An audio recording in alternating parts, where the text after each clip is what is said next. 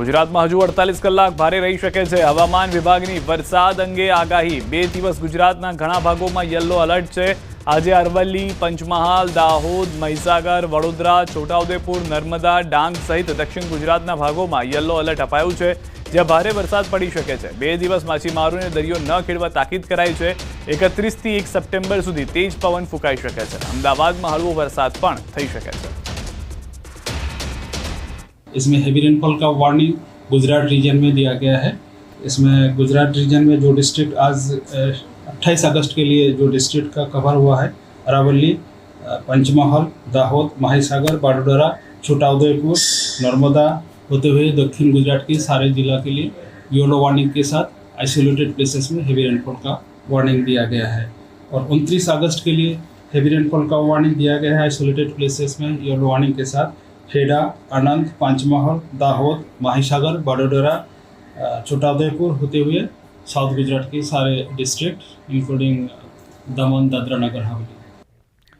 તો આગામી 48 કલાક ક્યાં ક્યાં વરસાદ હોઈ શકે છે, જેમાં સૌથી પહેલા આજની વાત કરીએ. ડાંગ જિલ્લામાં સારો એવો વરસાદ જોવા મળશે. દક્ષિણ ગુજરાતમાં નર્મદા, ત્યારબાદ મધ્ય ગુજરાત તરફ છોટાઉદેપુર, વડોદરા, ઉત્તર ગુજરાત તરફ જતા પંચમહાલ, દાહોદ, મહીસાગર અને અરવલ્લી આ વિસ્તારો એવા છે કે જ્યાં આગળ આજે સારો એવો વરસાદ જોવા મળી શકે છે. આજે જે આગાહી છે તેટલા વિસ્તાર પૂરતી કરવામાં આવી છે, જેમાં ઉત્તર ગુજરાતનો પણ સમાવેશ થાય છે અને દક્ષિણ ગુજરાતના પણ કેટલાક જિલ્લાનો સમાવેશ થાય છે.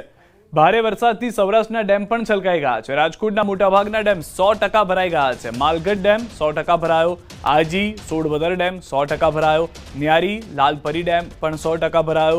મોરબીના જિલ્લાના ડેમ પણ છલકાઈ ગયા છે. તો સૌરાષ્ટ્ર માટે આ ખૂબ જ સારા અને મહત્વના સમાચાર કે ચોમાસું જે છે તે ડેમની અંદર જળ પ્રવાહમાં વધારો કરી રહ્યું છે.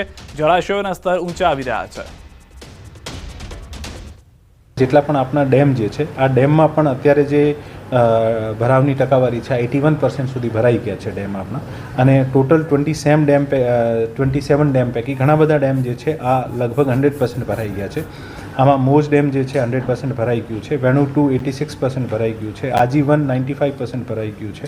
આજી 3 100% ભરાઈ ગયું છે. સોડવદર 100% ભરાઈ ગયું છે. સુરવો 95% ભરાવી ગયું છે. વેરી 100% ભરાઈ ગયું છે. તો સાર્વત્રિક વરસાદથી રાજ્યના જળાશયો છલકાયા છે. ઉત્તરથી દક્ષિણ સુધીના ડેમ થયા છે છલોછલ. સરદાર સરોવર ડેમ 92% ભરાયા. ઉકાઈ, ધરોઈ, દાંતીવાડા ડેમમાં વધ્યું છે જળસ્તર. હિંમતનગરનો હાથમતી ડેમ 100% ભરાઈ ગયો છે. રાજ્યમાં સાર્વત્રિક ધોધમાર અને ઉપરવાસમાં પાણીની ભારે આવકથી ઉત્તર ગુજરાતથી લઈને દક્ષિણ ગુજરાતના જળાશયો છલકાયા છે. રાજ્યની જીવાદોરી સમાન સરદાર સરોવર ડેમની સપાટી સિઝનમાં પ્રથમ વખત 136 મીટર પર પહોંચી છે અને હાલ ડેમ 92% ભરાયો છે. આ તરફ તાપી પર આવેલા ઉકાઈ ડેમની જળસપાટી 335.69 ફૂટ પહોંચી છે. ડેમનું રૂલ લેવલ જાળવણી રાખવા માટે 45,000 ક્યુસેક પાણી નદીમાં છોડવામાં આવી રહ્યું છે. તો ઉત્તર ગુજરાતની જીવાદોરી ગણાતો ધરોઈ ડેમનું જળસ્તર પણ 83.43% પહોંચ્યું. તો બનાસકાંઠાના દાંતીવાડા ડેમમાં પણ પાણીની ભરપૂર આવક નોંધાઈ છે, જેને લઈ તંત્ર એલર્ટ થયું છે. હિંમતનગરમાં આવેલ હાથમતી ડેમ 100% ભરાતા ઓવરફ્લો થયો, જેના કારણે ડીપ પર પાણી ફરી વળ્યા છે.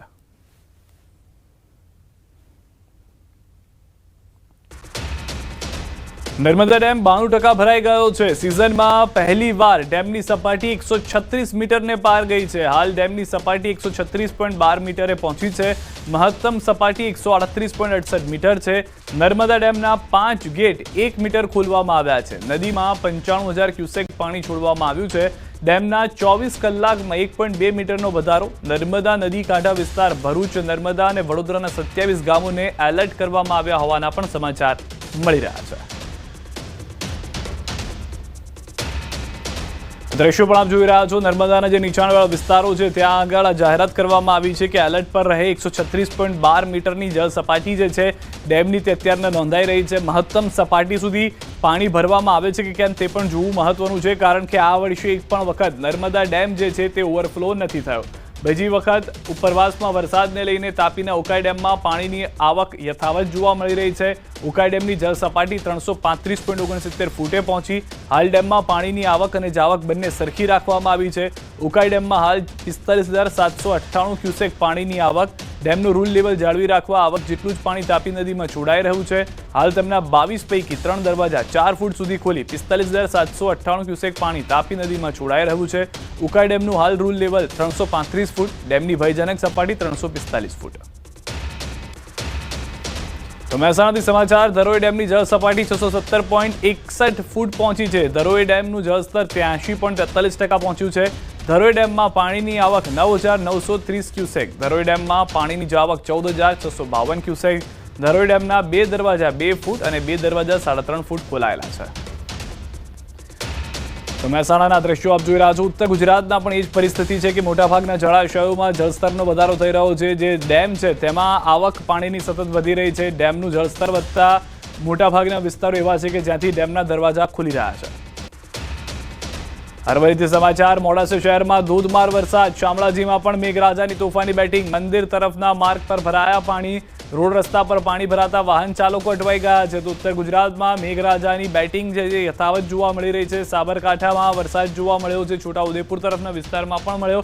અને હવે અરવલ્લીથી સમાચાર મળી રહ્યા છે. રસ્તાઓ નદી બની ગયા છે. શામળાજીમાં મેઘરાજાની તોફાની બેટિંગ કરતા મંદિર તરફના માર્ગ પર પાણી ભરાવાની પરિસ્થિતિનું નિર્માણ થઈ ગયું છે. બે દ્રશ્યો આપ જોઈ રહ્યા છો. શહેરી વિસ્તાર કે જ્યાં પણ ધોધમાર વરસાદ વરસી રહ્યો છે. ગ્રામ્ય વિસ્તારમાં પણ સારો એવો વરસાદ છે.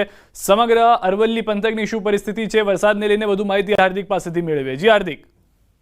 હા સિદ્ધાર્થ, જે પ્રકાર બપોર બાદ ધોધમાર વરસાદની શરૂઆત થઈ છે અરવલ્લી જિલ્લામાં, ખાસ કરીને યાત્રાધામ શામળાજી વિસ્તારમાં ધોધમાર વરસાદ જોવા મળ્યો હતો, જેના કારણે જે શામળાજી મંદિર તરફ જવાનો જે રસ્તો છે તે પાણીમાં ડૂબ્યો છે. અને ખાસ કરીને મોડાસા શહેર વિસ્તારમાં પણ ધોધમાર વરસાદની શરૂઆત થઈ છે. લગભગ 1 ઇંચ વરસાદ 1 કલાકમાં પડી ચૂક્યો છે. ત્યારે જે બફારા ઉકળાટથી લોકો ત્રસ્ત હતા તેમને રાહત અનુભવી છે. અને ખાસ કરીને જે અંબાજી તરફ જઈ રહેલા ભાદરવી પૂર્ણિમાના મેળા તરફ જઈ રહેલા જે પદયાત્રીઓ છે તેઓ પણ ભીજતા ભીજતા અંબાજી તરફ પ્રયાણ કરી રહ્યા છે. એટલે કે જિલ્લામાં જે પ્રકારે વરસાદી માહોલ ગઈ સાંજથી જોવા મળી રહ્યો છે તેના કારણે ધોધમાર વરસાદ હાલ જોવા મળ્યો છે. જી હાર્દિક, કયા કયા વિસ્તારો એવા છે કે જ્યાં આગળ ભારે વરસાદ થઈ ગયો છે અથવા જ્યાં આગળ રસ્તામાં પાણી ભરાયેલા છે, લોકોને સાવચેત રહેવાની જરૂર છે? કઈ રીતની પરિસ્થિતિ છે પંથકની હાલમાં? ચોક્કસથી સિદ્ધાર્થ, જે પ્રકારે યાત્રાધામ શામળાજી વિસ્તારમાં જે વરસાદ વરસી રહ્યો છે, મેસો જળાશય 100% ફૂલ થયો છે, ઓવરફ્લો ચાલી રહ્યો છે. તેના કારણે જે વણઝારી વિસ્તાર છે ત્યાંના જે લોકો છે તે લોકો હાલ બહાર નથી નીકળી રહ્યા. 15 જેટલા જે ઘરોના લોકો છે તેમના બાળકો નથી ભણવા જઈ રહ્યા. એટલે કે સતત જે પાણીનો પ્રવાહ ઉપરવાસથી ચાલી રહ્યો છે, જળાશયમાં આવી રહ્યો છે, પંથકમાં વરસાદ પડી રહ્યો છે, તેના કારણે તે વિસ્તારના લોકો પણ હાલ ત્રસ્ત છે. એટલે કે જે નીચાણવાળા વિસ્તારો છે, ભિલોડામાં પંથકમાં પણ હાલ વરસાદ જોવા મળી રહ્યો છે. એટલે કે નીચાણવાળા વિસ્તારોમાં વરસાદી માહોલ છે. જે સિદ્ધાર્થ, આભાર હાર્દિક સમગ્ર માહિતી બદલ. તો મોટાભાગના વિસ્તારો એવા છે અરવલ્લીના કે જ્યાં આગળ વરસાદ અને વરસાદના કારણે જળભરાવની પરિસ્થિતિ થઈ ગઈ છે. તો બનાસકાંઠાના ઉપરવાસમાં ભારે વરસાદને પગલે દાંતીવાડા ડેમમાં પાણીની આવક યથાવત છે. ડેમમાં પાણીની આવકમાં વધારો થયો છે. ડેમના દરવાજા સુધી પાણી આવી જતા તંત્ર દ્વારા લીકેજ ચેકિંગની કામગીરી હાથ ધરાઈ. ડેમના 11 દરવાજામાં લીકેજ માટે ડેમના અધિકારીઓની ટીમ દ્વારા ચેકિંગ હાથ ધરાયું. ડેમના તમામ દરવાજા નવા નાખેલા હોવાથી ડેમના અધિકારીઓ દ્વારા લીકેજ ચેકિંગ કરાયું. દાંતીવાડા ડેમમાં પાણીની આવક થતા ખેડૂતોમાં ખુશી. કરીએ જ છે અને બધા ઓપરેટ કરીને બી ચેક કરેલા છે અને ગેટની અમે આજ બી ચેકિંગ બધી કરી છે. કેમ કે આપણે અહીંયા નવા ગેટ નાખ્યા છે તો હવે આપણે જે પાણી છે એ ગેટે અડી ગયું છે, તો એના પ્રમાણે હવે આપણે લીકેજ જોઈ શકીએ. તો આજે અમે એ બધા ગેટની લીકેજ ચેક કર્યું છે. સાબરકાંઠાના હિંમતનગરનો હાથમતી જળાશય 100% ભરાતા થયો ઓવરફ્લો થતા ડીપ પર ફરી વળ્યા છે પાણી. ફતેપુરથી મઉ અને ભિલોડાને જોડતા રસ્તાના ડીપ પર પાણી. વાહન ચાલકો જોખમી રીતે વાહનો કરી રહ્યા છે પસાર. સવાલ એ થઈ રહ્યો છે કે કોઈ મોટી ઘટના સર્જાય તો જવાબદાર કોણ?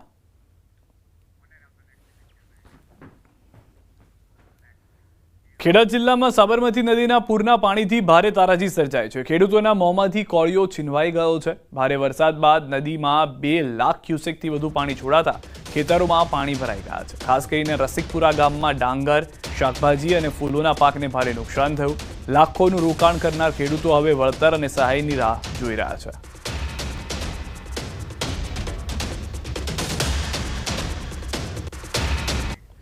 તો ખેડાના રસિકપુરા ગામે પૂરે મચાવી છે તબાહી. ન્યૂઝ 18 ગુજરાતી પર ખેડૂતોની વ્યથા.